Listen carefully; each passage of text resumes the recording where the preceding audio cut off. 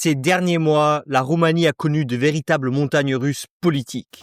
Political earthquake in the making. In Romania, far-right candidate is leading after the first round of presidential polls. Călin Georgescu, known as the TikTok candidate. Romania's top court has annulled the results of November's political election after accusations of Russian meddling. Nouvelle élection, mais un candidat est écarté. Romania banned far-right pro-Russian politician Călin Georgescu from standing in the presidential election rerun in May. Alors, on y retourne. Que s'est-il passé lors du nouveau tour de l'élection présidentielle en Roumanie ? La Roumanie vient tout juste de terminer le premier tour de son élection présidentielle. Même si les électeurs avaient le choix entre plus de 10 candidats, la course a été largement dominée par 5 grands favoris. Mais il y a un nom qui brillait par son absence sur les bulletins de vote. Călin Georgescu. Et si vous vous demandez pourquoi c'est important, revenons un peu en arrière. Cette élection était en réalité une répétition du scrutin initial organisé en novembre dernier, où Georgescu avait créé la surprise en remportant le premier tour alors qu'il était crédité de moins de 10% dans les sondages. Mais qui est donc cet homme ? Georgescu est un nationaliste connu pour diffuser des théories du complot, soutenir des causes d'extrême droite et louer ouvertement la Russie. Il a bâti presque toute sa campagne sur TikTok, séduisant les électeurs avec des slogans populistes et un discours virulent contre l'Union européenne. Et ça a marché, mais un peu trop bien. Parce que moins d'une semaine après la victoire surprise, la Cour constitutionnelle de Roumanie a invalidé l'élection. Au lieu de passer au second tour, les résultats ont été annulés et tout le processus a dû recommencer depuis le début. La raison officielle, des irrégularités et des failles dans la procédure. La raison officieuse, elle, est un peu plus inquiétante. Ingérence étrangère, désinformation et pression de la part d'alliés inquiets de la trajectoire démocratique du pays. Tout ça, c'est assez controversé. L'affaire a même fait le buzz à l'international. Le sénateur américain J.D. Vance a qualifié l'Union européenne d'antidémocratique à cause de toute cette histoire. Mais ça, c'est un autre débat. Alors, que s'est-il passé hier soir lors de la nouvelle élection ? Eh bien, il y a encore eu des surprises, mais cette fois, un favori s'est nettement démarqué. En 5e position, on retrouve la candidate de centre-droite Elena Lasconi avec seulement 2,7% des voix, un résultat décevant, surtout lorsqu'on se souvient qu'elle est arrivée 2e lors du scrutin initial en novembre. La 4e place revient à l'indépendant Victor Ponta, ancien Premier ministre qui a recueilli 13% des suffrages. Mais c'est dans la lutte pour la 2e et la 3e place que le suspense a été total. Le duel était extrêmement serré entre Crin Antonescu, candidat conservateur de la coalition au pouvoir, et Nicolae Dan, indépendant de centre-droite. Crin est resté en tête pendant une grande partie de la soirée. Mais une fois les votes de la diaspora et des grandes villes comptabilisés, Nicolae Dan est passé devant, avec moins d'1 point de pourcentage d'écart. Il termine avec 20,98% des voix et décroche ainsi la 2e place.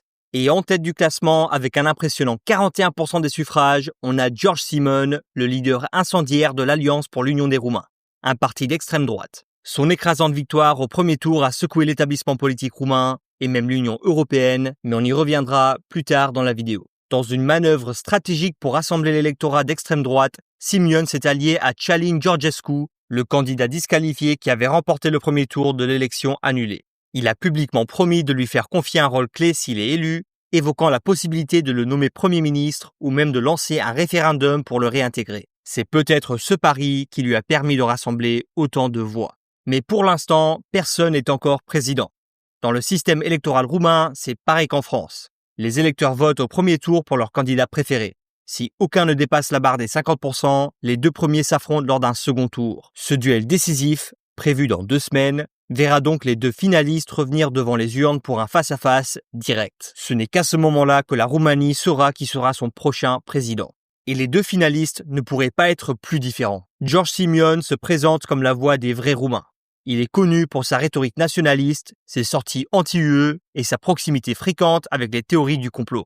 Ancien militant pour l'unification avec la Moldavie, Simion a transformé l'AUR en une force politique en canalisant la frustration populaire face à la corruption, aux inégalités économiques et aux changements culturels rapides. Nicolae Dan, lui, est un réformateur technocrate, centré sur la transparence et sur la bonne gouvernance. Bien qu'il soit socialement conservateur, il ne manifeste aucun penchement nationaliste. Dan est le fondateur de l'Union Sauver la Roumanie, un parti pro-européen né des manifestations contre la corruption, rapidement soutenu par un électorat urbain et progressiste. Toutefois, il s'est éloigné de l'USR en 2017 après que le parti a refusé de soutenir un référendum constitutionnel qu'il défendait, visant à définir le mariage exclusivement comme l'union entre un homme et une femme. Nicus Ordan est actuellement aussi maire de Bucarest. En matière de politique étrangère, Simeone est un véritable admirateur de Donald Trump. Il décrit même son parti comme être trumpiste, porte fièrement une casquette MAGA et adopte un ton nationaliste et anti-système similaire. Comme Trump, il se montre très sceptique à l'égard de l'Union européenne. Et bien qu'il affirme que la Roumanie doit rester membre, il a à plusieurs reprises menacé de ne pas respecter les lois européennes qu'il juge inacceptables, s'oppose à toute intégration supplémentaire et a même remis en question le soutien de la Roumanie à l'Ukraine. Et d'ailleurs, Simeone est actuellement interdit d'entrer en Ukraine pour 3 ans, Kiev l'accusant d'activités hostiles à l'Ukraine. Il a également cité la première ministre italienne Giorgia Meloni comme une modèle politique et appelle à une soi-disant mélonisation de l'Europe. Nicus Ordan, à l'inverse, est un pro-européen convaincu. Il soutient une intégration poussée au sein de l'UE, défend l'appartenance de la Roumanie à l'Alliance occidentale et soutient fermement l'Ukraine. Pour lui, la guerre en Ukraine renforce la nécessité d'une Europe forte et d'une alliance transatlantique solide. Il voit la Roumanie comme un État en première ligne, chargé de défendre les valeurs européennes face aux menaces autoritaires. Pour la France, l'élection présidentielle en Roumanie a une importance particulière. Un président comme George Simeone, sceptique envers l'Union européenne, pourrait perturber les relations franco-roumaines, notamment en matière de politique étrangère et de défense. La France, qui soutient activement l'intégration européenne, pourrait se retrouver en désaccord sur des enjeux cruciaux comme le soutien à l'Ukraine ou la coopération en matière de sécurité. Et le 18 mai, nous saurons enfin qui décroche la couronne et avec elle le pouvoir de fonctionner l'avenir de la Roumanie pour les 5 prochaines années. Le président roumain est loin d'être une simple figure symbolique. Il dirige la politique étrangère, nomme le Premier ministre et peut opposer son veto aux lois ou les renvoyer devant la Cour constitutionnelle. Mais surtout, il est le chef des forces armées et incarne la voix de la Roumanie sur la scène européenne. Merci beaucoup d'avoir regardé la vidéo et n'oubliez pas de laisser un like et de vous abonner pour plus de contenu. À la prochaine!